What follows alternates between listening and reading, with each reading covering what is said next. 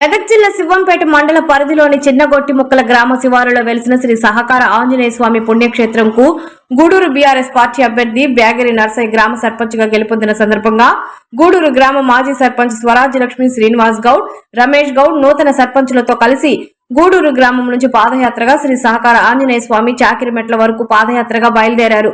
మొక్కులు తీర్చుకున్నారు. ఈ కార్యక్రమంలో ఉప సర్పంచ్ వెంకటేష్, వార్డు సభ్యులు, నాయకులు, కార్యకర్తలు తదితరులు పాల్గొన్నారు.